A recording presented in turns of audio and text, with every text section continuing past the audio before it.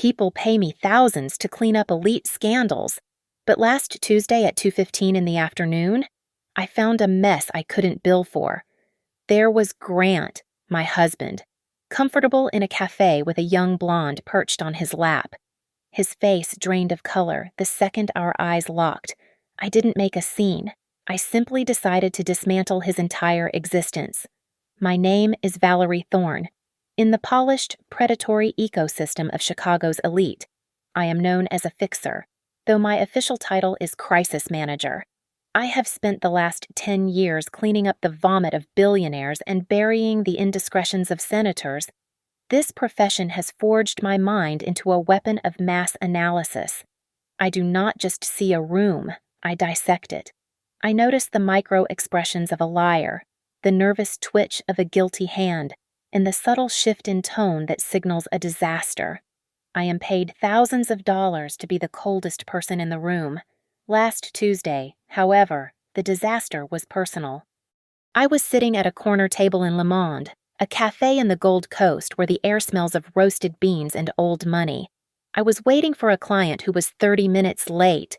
Tardiness annoys me, but it gave me time to observe. It was 2:15 in the afternoon.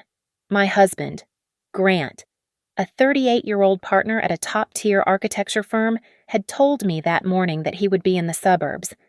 I have to survey that new residential site. Honey, he had said, adjusting his silk tie, it is going to be a mess. Probably won't be back until late. I had believed him. Why wouldn't I? But as I glanced toward the VIP section, separated by a pane of acoustic glass, I realized the only survey Grant was conducting was of the anatomy of a 20-something blonde. There he was, my husband, the man who supposedly embodied integrity. He was leaning back in a plush velvet chair, laughing at something she had said. And she, Tessa, I realized with a jolt of recognition, was not sitting across from him. She was sitting on his lap. Her legs were draped over his thighs, her arms looped casually around his neck. It was a display of intimacy so brazen, so public, that for a second, I simply processed the data like a computer encountering a fatal error. The contrast was jarring. Grant, the architect of our perfect life, was dismantling it brick by brick in broad daylight. Then he looked up. It was as if he felt the laser focus of my gaze burning through the glass. His eyes met mine. I have seen fear before. I have seen CEOs realize they are going to prison. But I have never seen a face decompose as quickly as Grant's did in that moment. The color drained from his skin instantly, turning him a shade of gray usually reserved for corpses. His eyes widened until the whites were visible all around the iris. His biological response was immediate and violent. His hands, which had been resting on Tessa's waist, went limp. He jerked back, and his elbow knocked a tall glass of water off the table. It shattered on the floor, but he did not even look down. He was paralyzed, locked in my stare. I did not scream. I did not march over there and pull her off him by her hair. That is amateur hour. Instead, I slowly lifted my phone. I framed the shot. Click. A wide angle of the two of them. Click. I zoomed in on his face, capturing the raw, unadulterated terror. Click. A shot of Tessa turning around, confused by his sudden freeze. I lowered the phone and opened my encrypted messaging app. I typed a single message to my executive assistant. Start protocol R12. Target Grant Hawthorne. I hit send, then I looked at him one last time. I gave him a small, tight smile, a smile that promised nothing but pain, and turned my back. Valerie, no. Wait. I heard his muffled shout through the glass, followed by the sound of him scrambling over the furniture. I walked out the heavy oak doors of Le Monde just as a taxi pulled up. I stepped inside. As the car pulled away, I saw Grant burst onto the sidewalk. He looked frantic, his perfect suit rumpled, sweat already beading on his forehead. He stood there, frozen, watching his life drive away, while I sat back in the cool leather seat, my heart beating with the steady, rhythmic pulse of a woman who had a plan. By the time the elevator doors opened into our penthouse, my phone had vibrated against my thigh 50 times. The notifications were a desperate stream of consciousness from a man watching his life implode. The texts shifted rapidly from denial to bargaining, and finally to pure panic. "Val, please pick up," followed by, "It is not what it looks like," and then the inevitable, "You are making a huge mistake." I did not answer a single one. I walked into the apartment, the space silent and pristine, and I did not shed a tear. Tears are for people who do not have a strategy. Instead, I went straight to my home office and engaged what I call work mode. I sat down at my desk, opened my laptop, and logged into our family cloud account. Grant thinks he is clever because he uses a passcode on his phone, but he forgets that his Tesla records every movement he makes. I pulled up the vehicle's location history for the last 6 months. I opened his work calendar in a separate window and began the cross-referencing process. It was tedious work, but the pattern emerged within 10 minutes. Every Tuesday and Thursday around noon, when his calendar claimed he was at client lunches or site visits, the car was parked at a specific location for exactly 2 hours. It was not a construction site. It was the Vibe, a luxury apartment complex downtown, popular with influencers and trust fund kids. At 6 in the evening, the front door unlocked. Grant walked in wearing the expression of a man on death row walking toward the electric chair. His tie was loosened, his hair was disheveled, and the confident swagger he usually carried was gone. He saw me sitting in the high-backed armchair by the window, a glass of water in my hand, staring at the skyline. He rushed toward me, breathless. "Valerie! Thank God you are here," he started, his voice shaking. "You have to listen to me." It was a total misunderstanding. "Tessa." She slipped. The floor was wet. I was just catching her so she didn't fall. That is all it was. I did not turn my head. I kept my eyes fixed on the distant lights of the city. The silence stretched out, heavy and suffocating, until I finally turned to look at him. My face was a blank mask. "Who do you think I am?" I asked softly. "Your wife, or one of your stupid clients." Grant blinked, taken aback by the lack of screaming. He immediately switched tactics. He moved from begging to gaslighting, a maneuver I had seen him pull on contractors a dozen times. "You are being crazy," he said, forcing a nervous chuckle. "You are overreacting, Val.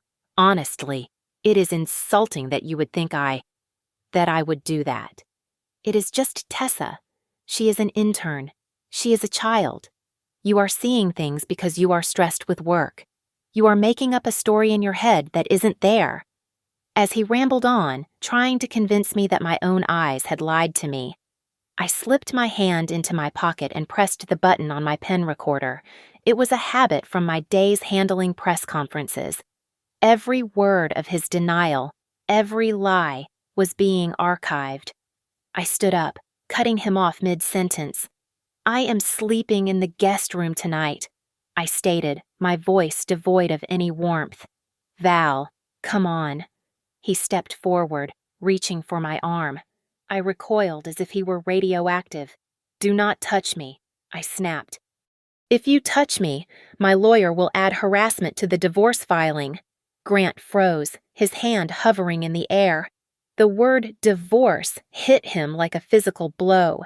He stood there, mouth slightly open, as I walked past him and closed the guest room door. I locked it. I did not sleep that night. Instead, I sat at the small desk in the guest room and opened a fresh document. I typed the header Project Freedom. By the time the sun rose, I had drafted a 20-page plan detailing exactly how I was going to dismantle the life of Grant Hawthorne, piece by piece. The next morning, I walked into my office at 6:30 sharp. I did not turn on the main lights.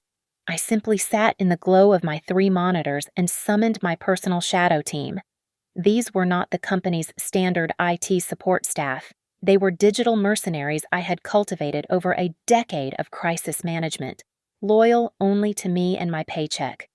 I need a deep dive, I told Marcus, my lead analyst, handing him a slip of paper with a name on it. Tessa, blonde, roughly 20-something. She was at Le Monde yesterday. Find her. It took Marcus exactly 45 minutes to shatter Grant's entire world. He spun his monitor around. The face on the screen was undeniable. Tessa Vance. She was 24 years old, but the surname made me pause. Vance, my husband, the brilliant architect, had been sleeping with the daughter of Marcus Vance, his firm's most aggressive competitor. Grant was not just an adulterer, he was a corporate liability. Keep digging, I ordered. I logged into the banking mainframe. Grant had been careful with our joint checking account, but he was arrogant. He assumed I wouldn't notice a secondary credit card line linked to his credit profile. It was a rookie mistake, because our finances were intertwined through a shared trust structure. His debt was visible to me if I knew where to look. And I always knew where to look. I downloaded the statements. The data was a roadmap of his betrayal. There were charges for a Yves Saint Laurent handbag costing $3,000, a diamond bracelet from Cartier, multiple bills for the presidential suite at the Ritz-Carlton, dates that perfectly aligned with the business trips to Detroit and Cleveland he had complained so loudly about. Valerie. We cracked the private Instagram, Marcus said, interrupting my audit. She has a Finsta account. It is set to private, but we bypassed the encryption. I walked over to his station. The feed was a shrine to narcissism, but one photo stood out. It was posted 3 weeks ago. It featured a wrist adorned with the exact Cartier bracelet I had just seen on the credit card statement. The caption read, "Gift from Daddy G, the most powerful man in Chicago." I felt a cold, hard satisfaction settle in my chest. I did not feel heartbreak anymore. I felt like a prosecutor who had just found the murder weapon. I returned to my desk and began the real work. I did not scream into a pillow. I opened PowerPoint. I dragged the photos, the screenshots of the bank statements, the time-stamped location data from the Tesla, and the corporate profile of Vance architecture into the file. I arranged them chronologically. I added captions. I formatted the graphs to show the outflow of marital funds. It was professional, sleek, and utterly lethal. Just as I saved the file, my phone rang. The screen displayed the name Eleanor Hawthorne, my mother-in-law, the matriarch, the woman who valued the Hawthorne name more than she valued oxygen. I answered on the second ring. Valerie. Her voice was clipped, carrying the icy tone of a woman who had already made up her mind. Grant called me this morning. He sounded very distressed. He says you are behaving erratically. He claims you are jealous of a colleague and that you are showing signs of mental instability. Grant had tried a preemptive strike. He was trying to paint me as the crazy wife to discredit anything I might say. It was a smart move for an amateur.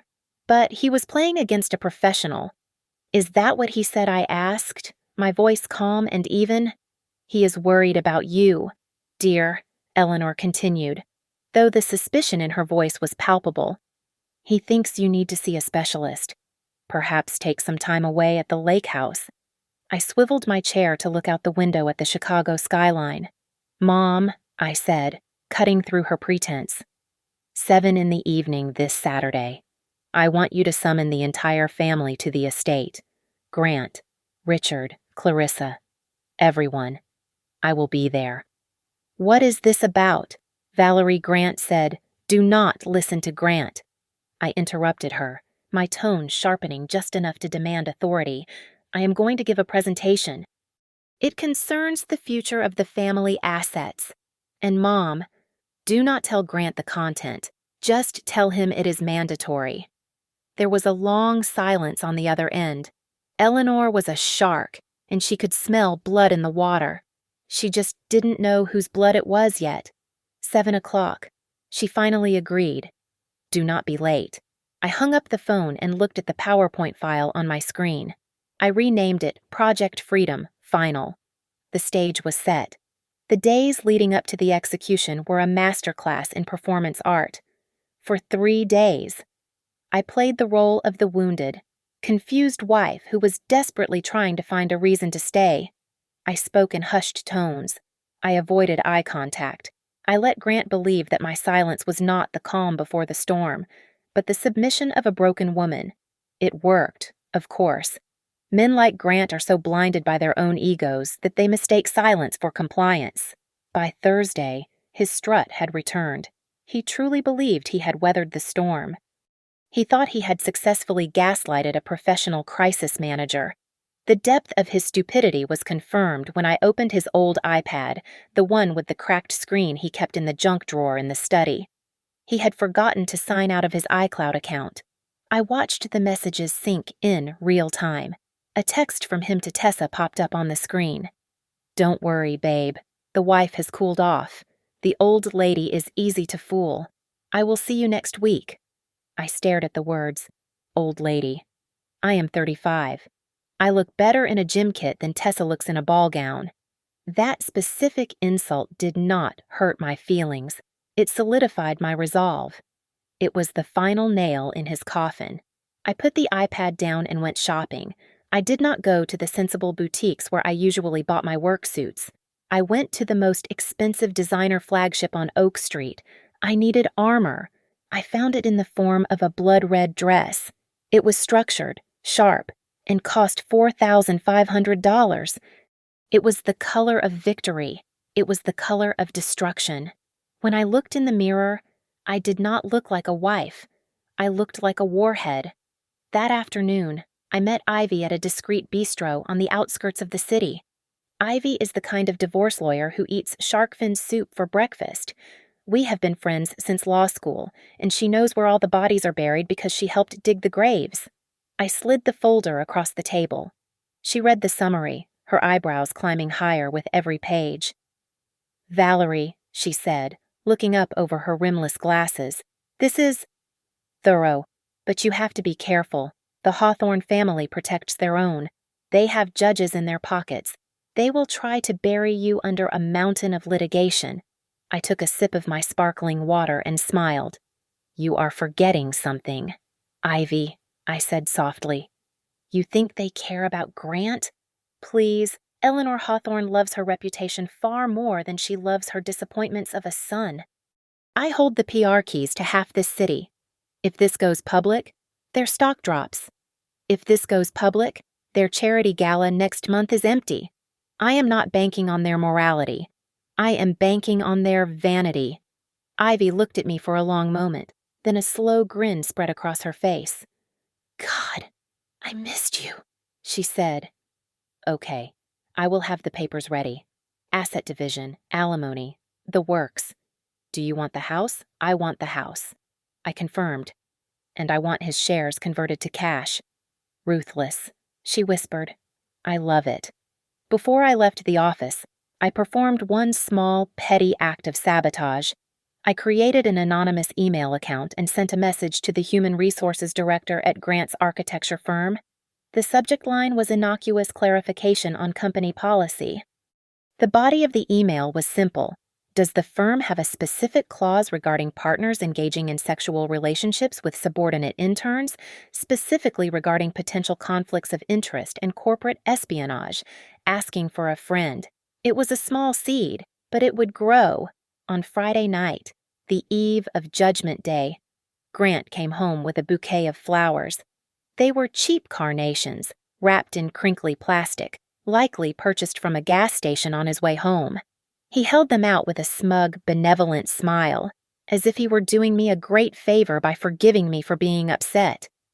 "For you, honey," he said, "let's put this whole ugly week behind us." "Okay." I took the flowers. I smelled them. They smelled like desperation and gasoline. "Thank you, Grant," I said. He smiled, relieved, and turned to loosen his tie in the hallway mirror. The moment his back was turned, I dropped the entire bouquet, plastic and all, into the tall stainless steel trash can in the kitchen. I did not arrange them. I did not cut the stems. I simply threw them away like the garbage they were. "Did you say something?" Grant asked, looking at his reflection. "I said I can't wait for tomorrow." I replied, "The family dinner is going to be unforgettable." Saturday arrived with the heavy, oppressive atmosphere of a storm about to break. The Hawthorne estate sat on a hill overlooking the lake, a sprawling limestone fortress that was less a home and more a monument to old money and rigid expectations. As the heavy iron gates swung open for my car, I felt a strange sense of calm. This was not a visit, it was a raid. I walked into the main drawing room at exactly 7 o'clock. The air inside was stiff, smelling of beeswax and expensive scotch. The entire clan had assembled, just as I had requested. My father-in-law, Richard, was swirling a glass of whiskey near the fireplace, looking impatient.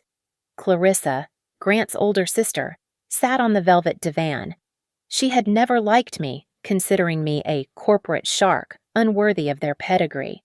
Tonight, she looked particularly smug, likely briefed by Grant that I was having some sort of breakdown. Two of Grant's uncles, men who held significant voting shares in the family architecture firm, were murmuring quietly in the corner. And then there was Grant. He stood by the window, looking undeniably handsome in a navy suit, holding his drink with an air of relaxed arrogance. He caught my eye and gave me a small, pitying nod. He truly believed this meeting was his mother's way of bringing me to heel, a formal intervention to tell the hysterical wife to calm down and stop imagining things. Eleanor sat in the high-backed wing chair at the head of the room. She was the only one not drinking. Her hands were folded in her lap, her face a mask of porcelain and steel. As I entered, she raised one hand, and the room fell into an immediate, obedient silence. I had saved the entrance for last. I stepped into the light. I was not wearing the modest beige tones of a submissive daughter-in-law. I was wearing the red dress.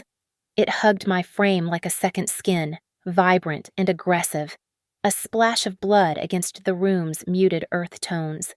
In my right hand, I carried my laptop case, crafted from black crocodile skin. I walked with the rhythm of a woman who owns the ground beneath her feet. Grant's confidence faltered for a fraction of a second. He stepped away from the window and intercepted me halfway across the room, leaning in close so the others wouldn't hear. "Val." "What the hell are you doing?" he hissed, his voice tight with sudden anxiety. "You look ridiculous. Do not embarrass me tonight. I swear. If you make a scene." I stopped and looked him dead in the eyes. I didn't whisper. I didn't flinch. "You embarrassed yourself at 2:15 last Tuesday," I said, my voice low and lethal. Grant blinked, confusion washing over his face, but I was already moving past him. I walked straight to the massive 85-inch television mounted above the mantel. It was usually used for displaying digital art or family portraits. Tonight, it was my canvas. I placed my laptop on the side table, opened the lid, and connected the HDMI cable with a sharp, decisive click. The screen flickered to life. The room was deadly silent now. Even Richard had stopped swirling his drink. I turned to face them. I did not smile. I did not look like family. "Good evening," I said, my voice projecting clearly to the back of the room, practicing the tone I used for hostile board takeovers. "Tonight, I am not standing here as your daughter-in-law. I am not here as Grant's wife. I am here in my professional capacity as a crisis manager and investment risk analyst." Clarissa let out a scoff, but Eleanor shot her a look that silenced her instantly. "I have conducted an audit," I continued, my eyes scanning the room, landing finally on Grant, who was now pale and motionless by the window, "and I have found significant liabilities that threaten the Hawthorne legacy." I pressed the spacebar on my laptop. The first slide appeared on the giant screen in high-definition resolution. The background was stark white, the text bold and black. "Hawthorne Asset and Reputation Risk Assessment Report. 3rd quarter." I saw Grant's throat bob as he swallowed hard. He didn't know what was coming, but the animal instinct in his brain was already screaming at him to run. I pressed the enter key with the tip of my finger. The title slide dissolved, replaced instantly by the photograph I had taken at Le Monde. On the 85-inch screen, the image was grotesque in its clarity. The lighting in the cafe had been perfect. Grant was leaning back, mouth slightly open in laughter, with Tessa straddling his lap like a teenager in a nightclub. The resolution was so high that you could see the small, dark mole on the side of Grant's neck and the cheap stitching on Tessa's blouse. A collective gasp sucked the oxygen out of the room. It was the sound of polite society being slapped in the face. Clarissa covered her mouth with a manicured hand. Eleanor's eyes narrowed into slits. I looked at Grant. His face had undergone the exact same transformation I had witnessed on Tuesday. The blood drained from his cheeks, leaving him looking like a wax figure melting under the heat of the spotlight. He opened his mouth to speak, but no sound came out. "This is risk number 1, public indiscretion," I said, using my laser pointer to circle the image of them together. "Grant is not merely having an affair. He is conducting it with a level of stupidity that borders on negligence." This was taken at 2:15 in the afternoon at Le Monde, a location frequented by our clients, our investors, and your bridge partners. Mom. I clicked the remote again. The photo vanished, replaced by a sharp, colorful bar graph. "Let's discuss the financials." I continued, my voice devoid of emotion. "In the last 6 months, $150,000 has been siphoned from our joint accounts and the family investment portfolio." The screen populated with scanned receipts. They cascaded down the display like a waterfall of evidence. A diamond bracelet from Cartier for $12,000.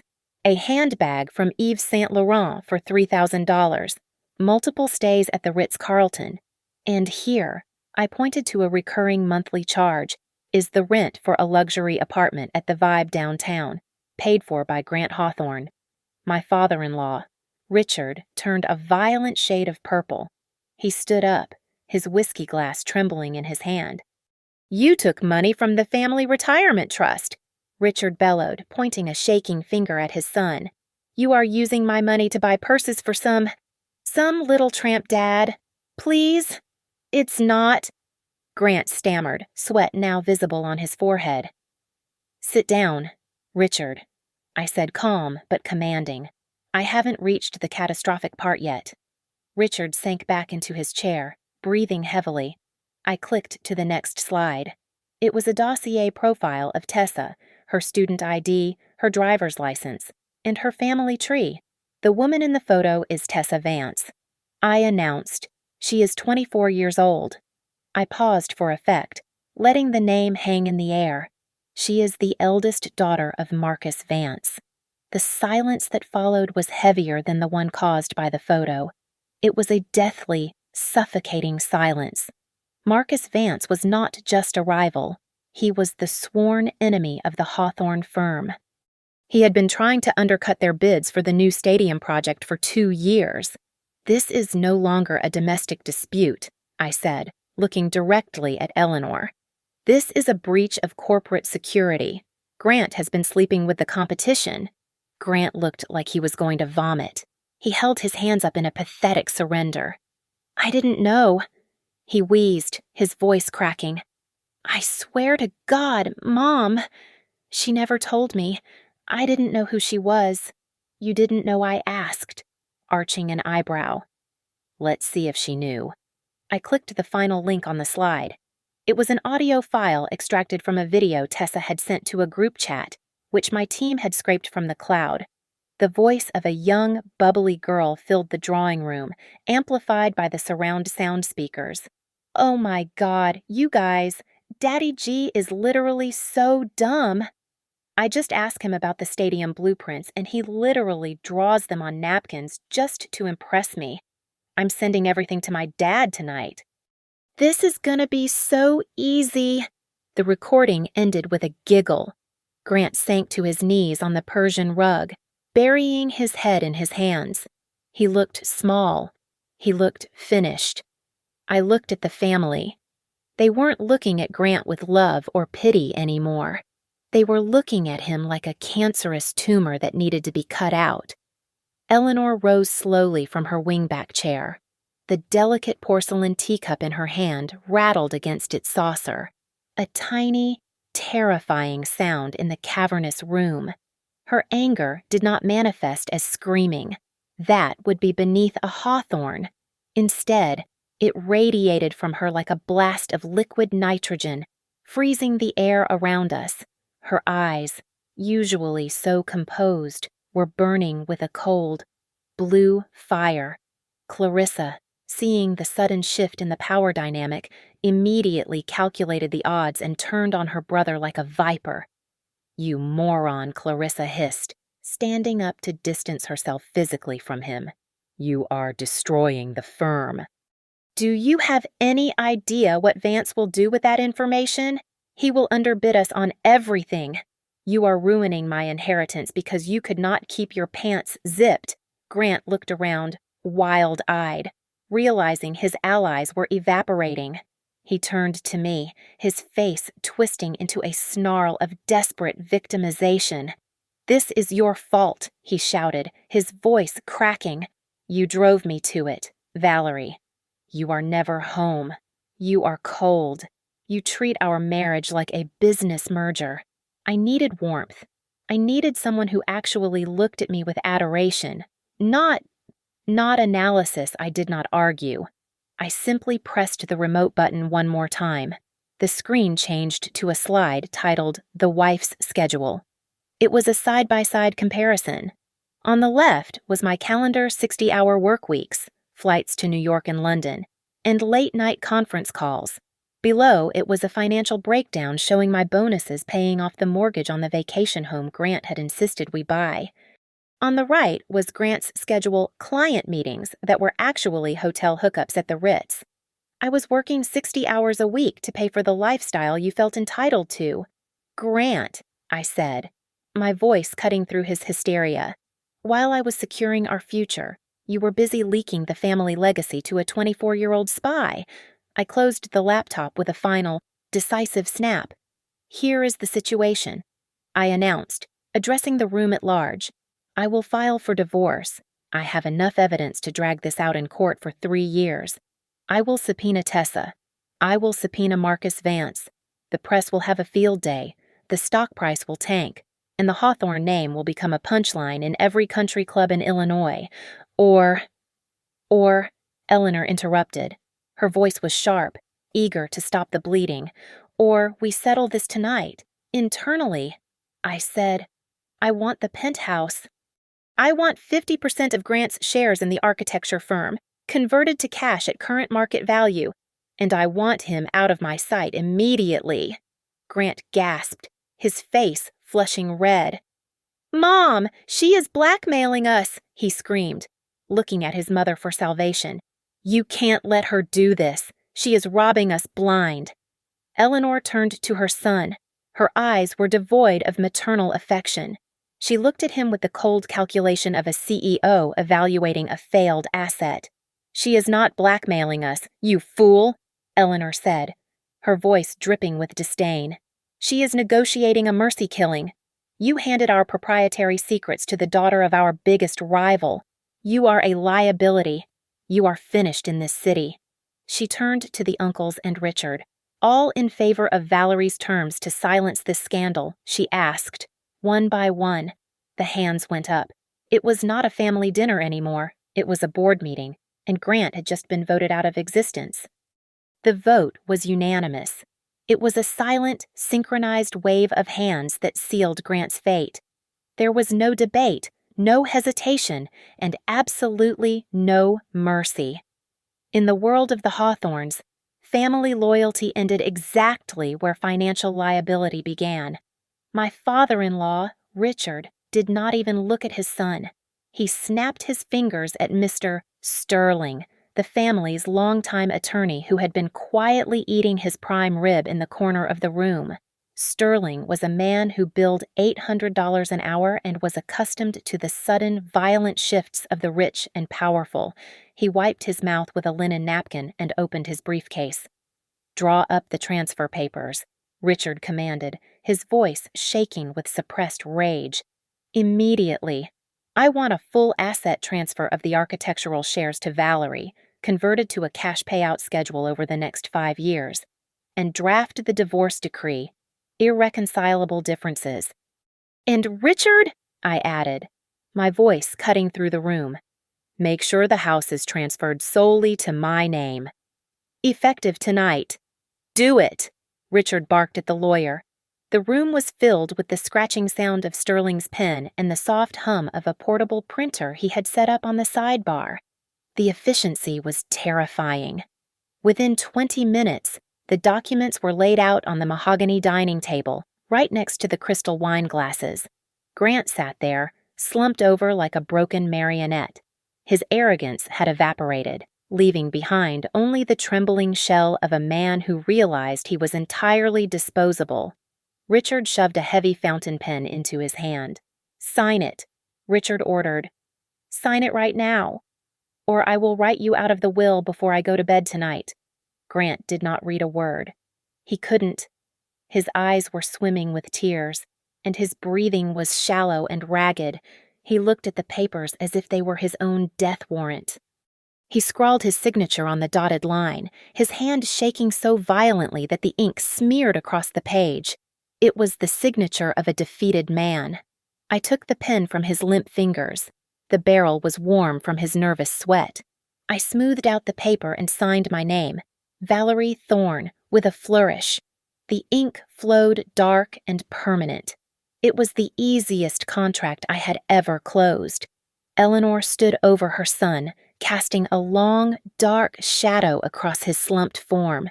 She did not touch him. She did not comfort him. "You will pack your things and vacate Valerie's apartment tonight," she said, her voice cutting through the room like a guillotine. "Do not sleep there. Do not linger. You will take your clothes and you will leave." "Mom, please," Grant whispered, a sob catching in his throat. "And do not bother coming into the office on Monday." Eleanor continued, ignoring his plea entirely. "You are suspended indefinitely pending an internal investigation into the data leak. If I find out you told that Vance girl anything else, you will be terminated for cause." Grant looked up, searching the faces of his family for a shred of sympathy. He looked at Clarissa, who turned her head away to inspect her manicure. He looked at his uncles, who were busy pouring fresh drinks to wash away the awkwardness.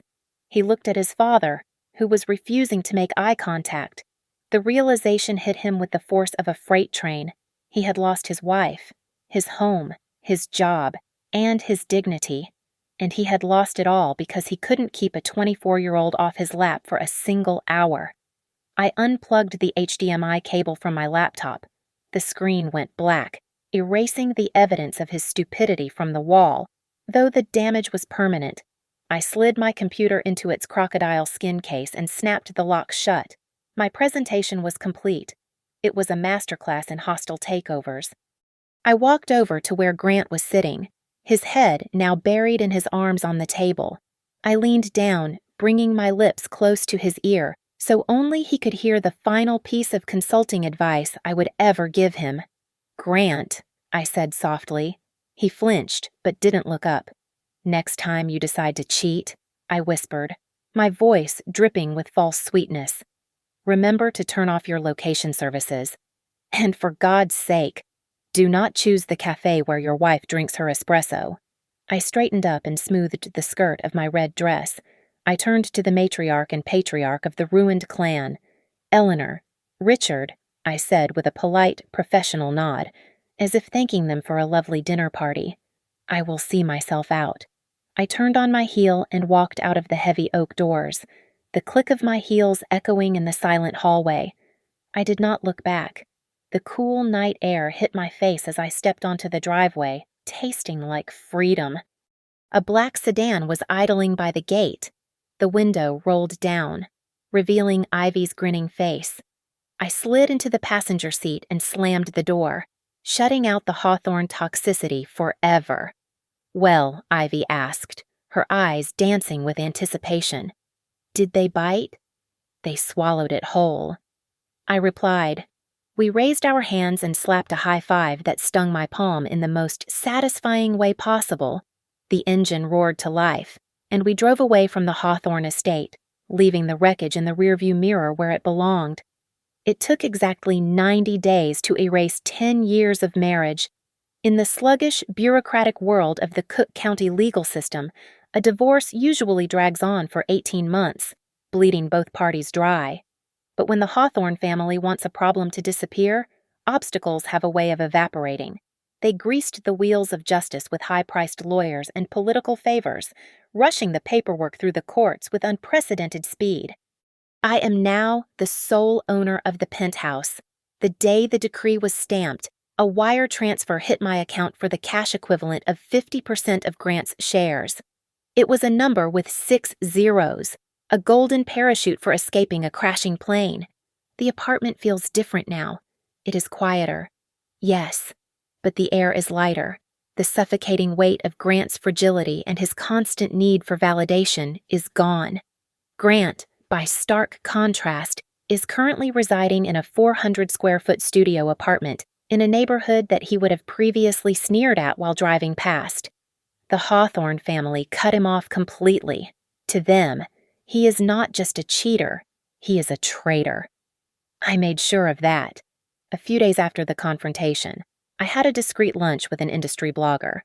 I didn't give an interview, but I let it slip that the leak of the stadium blueprints to Vance Architecture came directly from a disgruntled partner at Hawthorne. The rumor spread like wildfire. Grant was fired for cause before the week was out. He is now radioactive in the Chicago architectural scene. No firm will touch a man known for trading trade secrets for sexual favors. Tessa Vance learned a hard lesson in economics. Once Grant was stripped of his job, his trust fund, and his status, his appeal evaporated instantly. Her father, Marcus Vance, was furious when the story broke. He didn't want a scandal attached to his daughter. He just wanted the blueprints. When he realized Grant had been burned and was of no further use, he cut ties. Tessa dumped Grant via text message 3 days after he moved into his studio. I decided to send Tessa a parting gift. I had a courier deliver a package to her sorority house. Inside was a high-quality vanity mirror. I included a handwritten note on heavy cream cardstock. Use this to take a good look at your character. It is the only thing about you that is ugly. My little presentation at the Hawthorne estate has taken on a life of its own. In the high-stakes world of Chicago divorce law, it has become something of an urban legend. Lawyers whisper about the red dress presentation over cocktails. I have heard stories that junior associates are studying my tactics. My reputation as a crisis manager has ascended to a new stratosphere. They don't just call me a fixer anymore, they call me the Queen of Truth. My billing rate has doubled, and I have a waiting list of clients begging me to solve their disasters. Strangely enough, I still hear from Eleanor. Yesterday, my phone buzzed with a text from her. Valerie, darling, the club is serving that cucumber tea you like on Thursday. Shall we? She never mentions Grant. It is as if he ceased to exist the moment he signed those papers. To Eleanor, I am the winner, and she prefers the company of winners, even if I am the one who dismantled her son. I accepted the invitation. Why not? She pays for lunch, and her gossip is invaluable. This morning, I made my final purchase to mark the beginning of my new life. I sold the Tesla. I could not stand the sight of the passenger seat where Grant had sat for years, lying to my face. I traded it in. I walked onto the lot and pointed at a Porsche 911 Turbo S. It is sleek, aggressive, and unapologetically expensive. As I drove it off the lot, the engine roaring behind me, I felt a rush of adrenaline. I am Valerie Thorne. I am 35 years old. I am rich. I am single. And for the first time in a decade, I am driving my own life. It is strange how a crime scene can eventually become a sanctuary. I went back to Le Monde today, exactly 3 months after the afternoon that shattered my life.